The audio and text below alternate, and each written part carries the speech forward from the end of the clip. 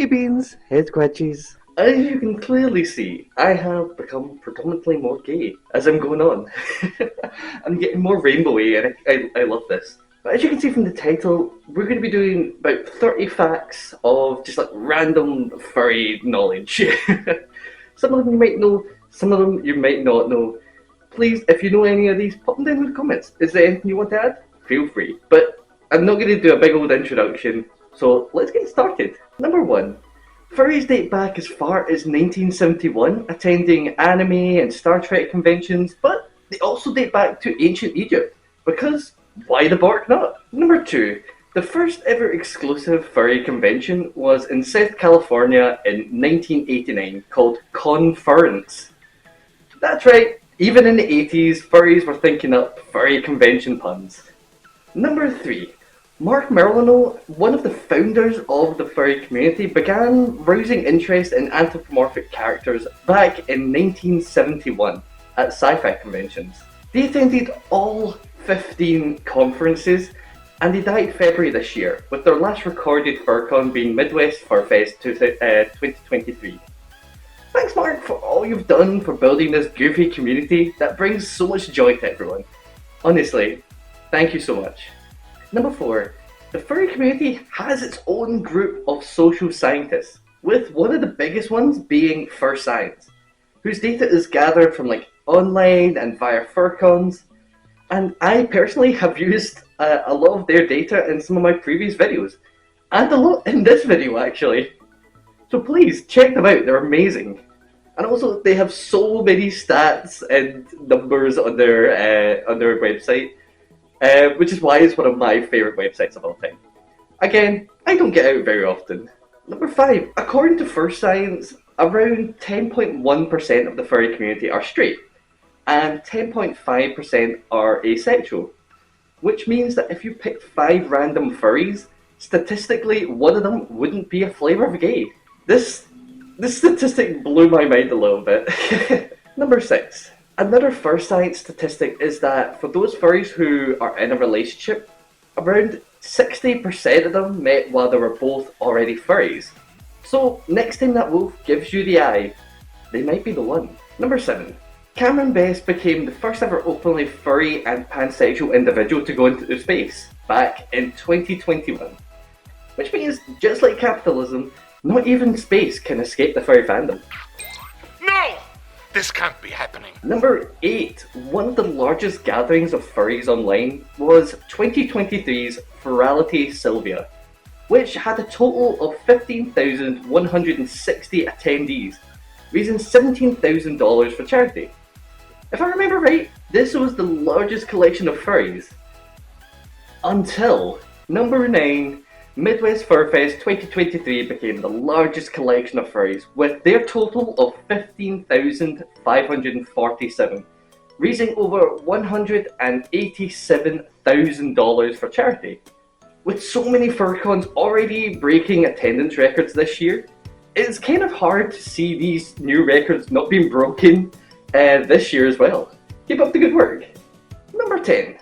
Keeping on the topic of furry convention attendances, the attendance record for the largest FurCon in 2004, which I think was Anthocon, would only be considered the 16th largest FurCon when compared to modern conventions. How wild is that? Number 11. One of the furry community's newest organised FurCon is Anthro Irish, a convention held in Cork, Ireland, and had its first FurCon last August. It had around 29 fursuiters and raised €432 for a charity in the name of Finlay Fox, a furry who sadly passed away 2 years prior to the convention. I think it goes without saying, they would have absolutely loved what you guys done, and I can't wait to see what Anthro Irish does this year. Number 12. Out of the top 50 most attended recent FurCons, 37 of them were in North America, 4 were in Europe, 1 in Mexico, 1 in Australia, and 7 in Asia. Number 13. According to Wikifur, there are over 35 individual countries that have had a recent FurCon. Which means if you choose 6 random countries in the world, statistically, one of them would have a FurCon. Number 14. Last year alone, the top 10 most attended FurCons raised over $553,000 for charity. And that's not including Furry Fiesta because I could not find their total anywhere. But I'm also a dumb wolf. Number 15, halfway there. So I know some people will already know this, but in 2016, Syrian refugees were sent to a hotel in Vancouver. A hotel which coincidentally was also hosting Vancouver, a Canadian furry convention. So naturally, the refugees got a visit from a whole load of fursuiters who were more than happy to have the refugee families take photos with them and bringing a happy vibe to a very stressful situation. This is what being furry is all about. Let's, as a community, make more of these stories happen because honestly, let's spread joy. All it takes is one voice to spur on 1,000 acts of kindness. Number 16. Despite the assumption that all furries are super rich, according to a graph that Fursona did, 70% of attendees of Anthrocon earned less than the average wage in America. Number 17. Popular furry YouTuber Majira Strawberry. I'm sorry if I messed that up. I'm so not good with names. So this channel started uploading videos in 2015, and 2 years later in 2017, they were at 50,000 subscribers. At the end of 2018, so 1 year later, they had 200,000 subs, which regardless of your view of that channel in particular, and Popufurs in general, it kind of shows that sometimes growing a big furry channel can just happen super quickly, especially if you're able to just put your mind to it and just have fun with what you're doing. Number 18. Keeping on the topic of furry content creators, one of Twitch's biggest furry Twitch teams has over 1,000 furry streamers part of the team. And that's not including all the furries who aren't part of this team. So you can imagine there being maybe even tens of thousands of furries doing Twitch streaming. Isn't that crazy? Number 19. Just a little bit itty bitty fact here. Some Japanese styled furries have been known as kimono, which translates into beast. Number 20. Supposedly the concept of the first fursuit was established in a book called 3 Ways to Mecha by Edwin Corle. You know what I mean. I'll pop the name here. It's a story that specifically says the line, "They made it from my measurements and head size," before telling somebody that they had a dog suit. 100% check this book out. It seems so funny. Number 21. The Furry Fandom has its own creative furry awards. It's called the Ursa Major Awards, which gives recognition to furry related creativity, movies and music and writing. And they usually host it every year. I think it's round about this time as well, so definitely check them out. Number 22. Furries have their own social media called Bark, which as of 2022 has over 74,000 users. It's actually a pretty fun platform, but please Bark, please add notifications. There's so many messages I've missed. Number 23. One of the scientists behind the development of the Moderna COVID vaccination is an American furry named Chase. Remember when I mentioned that I suck at names? Yeah, I apologize. I apologize if I got this wrong. I think it's Chase. So not only are furries in the entertainment industry, they're also in space travel and literal world life-saving roles. So as furries, we're everywhere. Number 24. One of the oldest TV series to have a massive impact on people's perceptions of furry characters is Kimda the White Lion, which premiered in 1965. This was a story about a young white lion's journey becoming the king of the jungle, who loses a parent that becomes back in the form of stars? Wait, this is Lion King. Number 25. Another one I'm fairly sure is well known, but the creator of the game Lethal Company is in fact a furry. They go by the name Zeekers, and they started their game development journey by creating Roblox games, and they've actually got quite a few games on itch.io.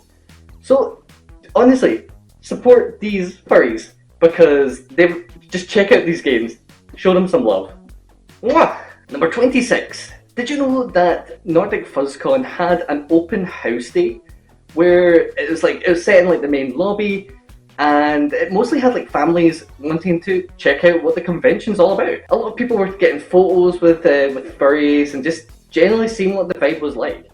But don't worry, social introverted beings, there was a separate venue that was just for furries at the convention. So if you didn't want to get have to like run around and get photos and stuff like that, then you had somewhere to go if you wanted to focus just on furry activities. And I thought that was such a nice touch to everything. This was a more personal fact because I did go to Nordic FuzzCon, as you can see from my previous video.